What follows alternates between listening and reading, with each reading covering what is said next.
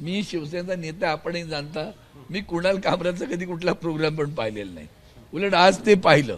आणि खरं तर वंदनीय हिंदू हृदय सम्राट शिवसेना प्रमुख बाळासाहेब ठाकरे हे जगविख्यात कार्टुनिस्ट होते, आपण सगळेजण जाणता. आणि त्यांनी त्या काळात किंवा संबंध त्यांच्या कार्यकाळात जी काढलेली व्यंगचित्र आहेत ती आपण पाहिलीत तर आपल्याला कळेल. ते त्यांनी स्वर्गीय इंदिरा गांधीजी असू द्या किंवा गुलजारीलाल नंदा असू द्या, हे सगळ्या म्हणजे एकही नाही की ज्यांचे त्यांनी व्यंगचित्र काढलं नाही.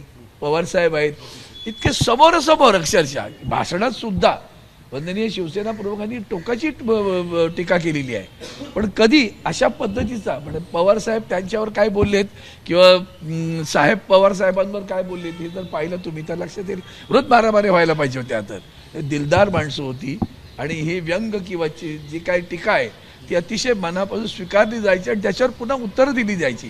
तुम्ही वैचारिक उत्तरं द्या. ती कविता मी आता पहिल्यांदा बातमी आल्यामुळे ऐकली. मी अत्यंत जशी तशी खरी कविता आहे ना, एक शब्द काय चुकीचा त्याच्यात वाक्यही नाही, फक्त त्यांनी त्याला कवितेचं रूप दिलं किंवा संगीताची त्याला एक झलक दिली. त्यातनं एवढं चिडण्याचं कारण काय, सत्य बोलला ना तो. सत्यसुद्धा झोंबतं बरं का, आणि सत्य हे असंच असतं, कटू असतं बरं का. आणि म्हणून मला आश्चर्य वाटतं की तुम्ही त्या काळात अगदी असूनही खास मालक घरचा किंवा शाहीर साबळे असतील किंवा आणखीन शाहीर असतील यांनी केलेली किंवा अगदी आमचे दादा कोंडके असतील यांनी केलेली नाटकं सगळी पाहा तुम्ही. त्या सगळ्यांमधली व्यंगांमध्ये एवढी जोरदार टीका व्हायची. अगदी समोर साहेब बसलेले असायचे, समोर शरद पवार साहेब बसलेले आणि त्यांच्या समोर त्यांच्यावर टीका व्हायची. चिडकोटपणा केला नाही कधी, हसत खेळत घ्यायचं आणि पुन्हा त्याला हसत खेळत उत्तर द्यायची. ही महाराष्ट्राची संस्कृतीच आता ऱ्हास होते, ती देशाचीच ऱ्हास होते म्हणा. ती देशाच्या नेतृत्वानं ते संस्कृतीला ठेच देण्याची ठरवलेलं आहे. त्यामुळे ती तिथे पाझरलेली आहे आणि त्यामुळे अशा प्रतिक्रिया येतात. हे अतिशय गैर आहे असं मला वाटतं. निश्चितपण हा अतिशय महत्त्वाचा प्रश्न आहे तुमचा. हेच तर खरं आहे ना. मग आदरणीय शिवसेनेचे पक्षप्रमुख उद्धवजी ठाकरे साहेब यांच्याबद्दल जी व्यंगचित्र किंवा सोशल मीडियावर जे येत असतं ते पाहिलंय तुम्ही. रोज मारामारी करायला लागतील आम्हाला, मग रोज करावे लागतील इतक्या घाणेरड्या पद्धतीनं. तेव्हा आम्ही म्हणतो का हे तुम्ही केलं, आम्हाला माहिती आहे तुम्हीच करत आहात. तुमचा सोशल मीडिया करत असतो, भारतीय जनता पार्टीचा सोशल मीडिया करत असतो, इतका घाणेरड्या पातळीवर करत असतो, वैयक्तिक अगदी चारित्र्य हनन करण्यापर्यंत करत असतो. आम्ही नाही म्हणालो असं. अभिव्यक्ती स्वातंत्र्य आहे ना, म्हणा काय म्हणायचं.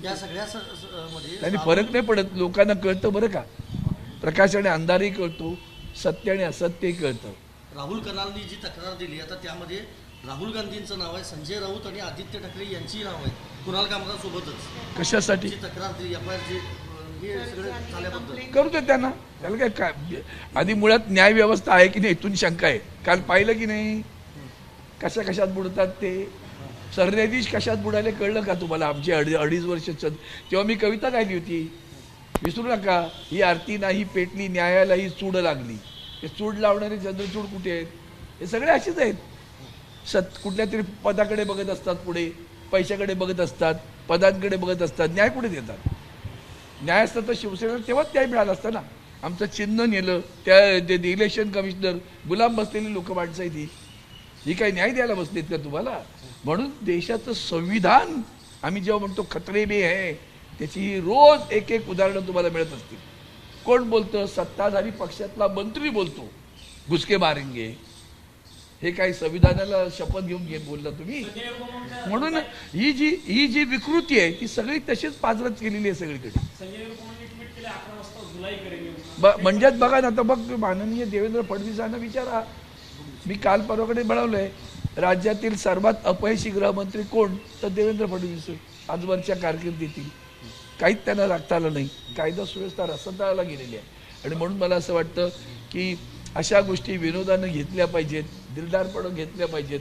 ते सत्य बोलले. चित्रकार चित्र काढतात तेव्हा सुद्धा असं असतं. कलावंत त्याला कलावंताच्या अभिव्यक्तीला स्वातंत्र्य दिलं पाहिजे. विधिमंडळात आजपासून संविधानावरती चर्चा सुरू होते आणि त्या दरम्यान अशा प्रकारच्या घटना घडल्या. कुणाल कामरांनी जे वक्तव्य दिलेलं आहे त्यानंतर काय वाटतं, खरंच संविधान आहे की नाही. वा, मी आता क्षणभरापूर्वी बोललो.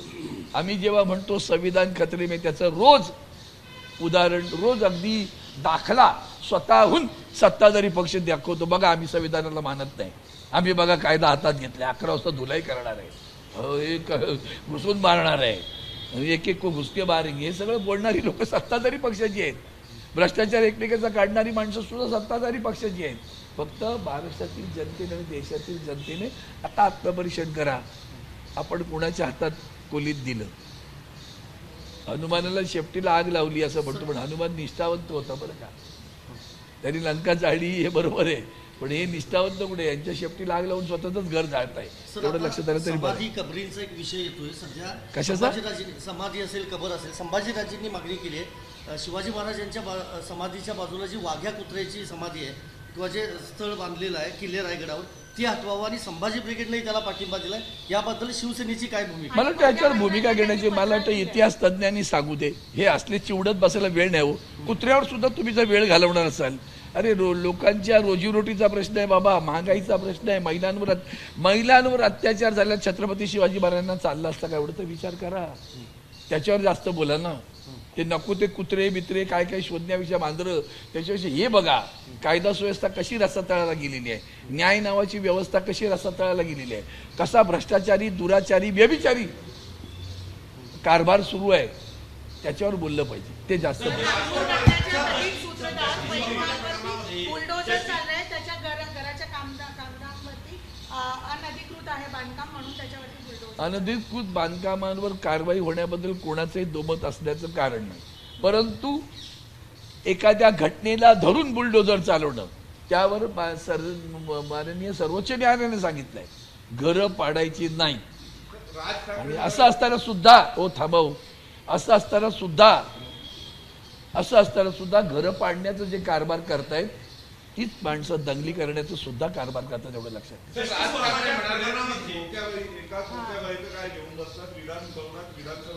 मला वाटतं मग कामरा आणि राज ठाकरे साहेब दुसरं काय बोलले, दोघं सारखंच म्हणतायत की दोघांनी सेम म्हणाल ना. मग आता हिंमत करा त्यांच्यावर बोलण्याची. सगळं अखंड खोके सरकार बोलले बसलेत म्हणून तिथं शेपूट घालाल तुम्ही, कळलं का. खोके घेतले हे जगभर जाहीर आहे ना. आता म्हणून जे कामराने जे कवितेत म्हटलंय ते तसं आहे, तसं सत्य आहे ना. तुम्ही गेला नव्हता का गुवाहाटीला? गेला होता ना, मग कशाला झोपतं. तिथं जाऊन काय तमाशे केले लोकांनी पाहिले नाहीत का?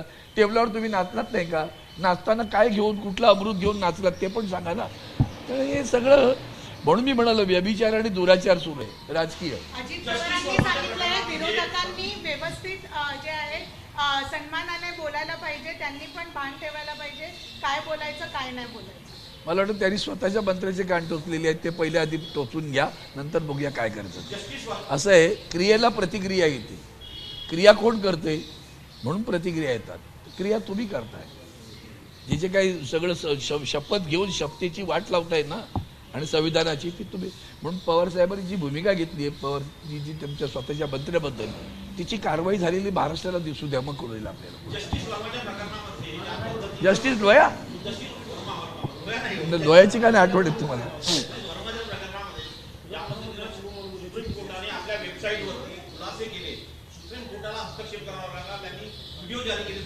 सुप्रीम कोर्टाला विचारला रंजन गोगोईंना राज्यसभेवर कसं घेतलं.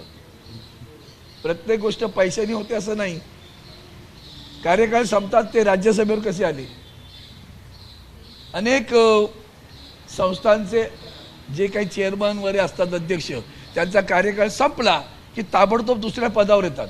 ते पदावर का येतात?